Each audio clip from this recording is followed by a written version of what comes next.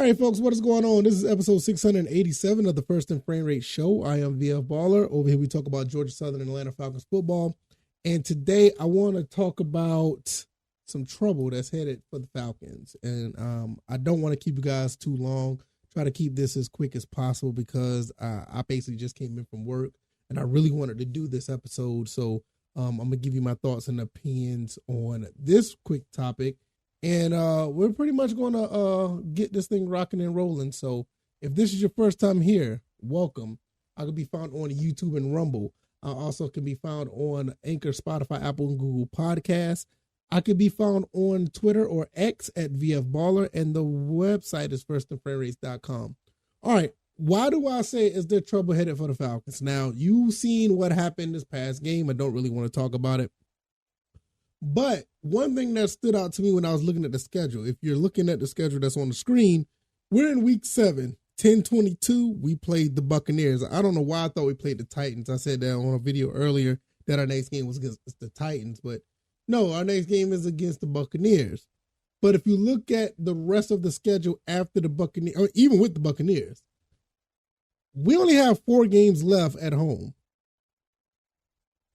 The Falcons, for the most part, are very good at home outside of this past game, but they're very good at home, but they have struggled on the road. I think they lost their last 8 of 13 on the road.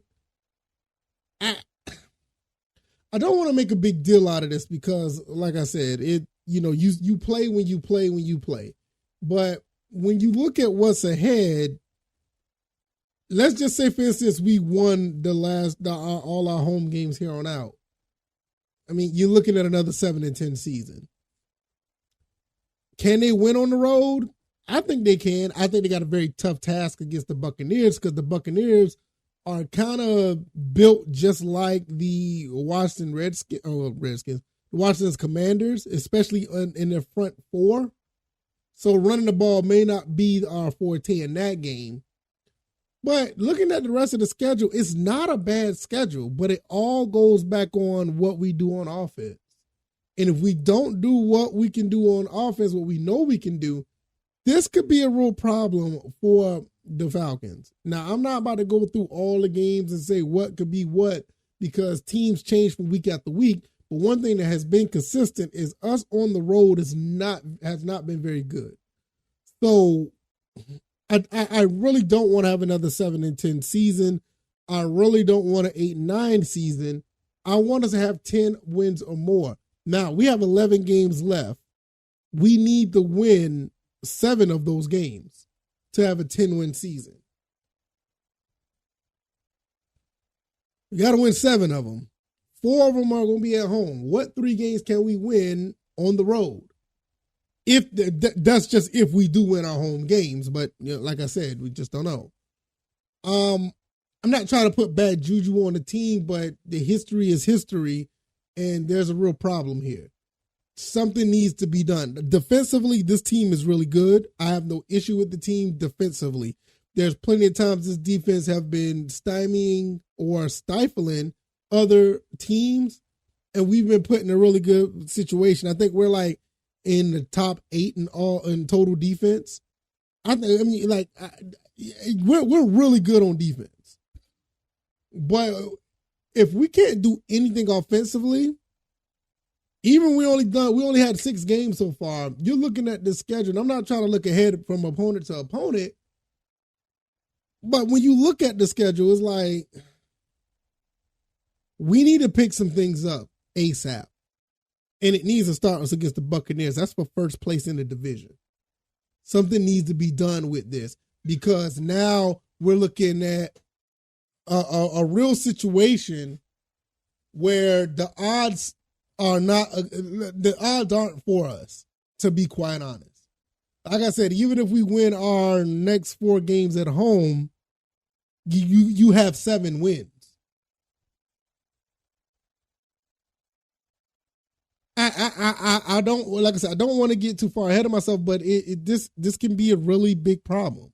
And I think this is something that needs to, I ain't gonna say it needs to be addressed, but for the team, they need to go start taking this one play at a time and execute at the highest level, especially on offense. because what I see going forward is not something that's really favorable for the team. Now, I'm not pointing the fingers at Desmond Ridder. I'm not going to be pointing the fingers at anybody, no Arthur Smith or nothing, or Dave Ragone, but they're going to have to do something collectively as a team. Defensively, I don't have a problem. Offensively, now that's going to be an issue. Now, what I see here is I see a team that can achieve their goals because this team is really a really good team.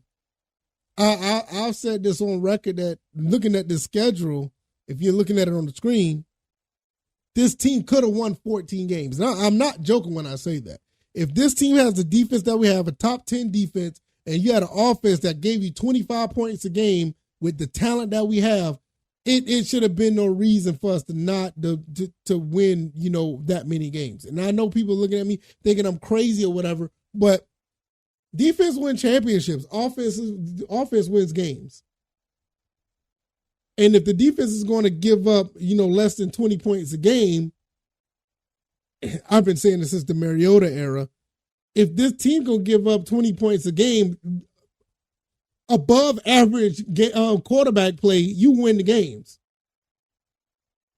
You could have won the game this past week if the coaching staff was okay and knowing what they next, if they were just okay and actually called the plays correctly, not making Desmond Ridder panic. Let him have a cool head, keep things in front of him, make things simple for him to execute the plays that he's learning, give you average to above average play. You beat the Washington Commanders easily. You don't throw 3 interceptions and only lose by 8. Well, you lose by 8 if you don't kick the field goal at the extra point, but that's another story for another day.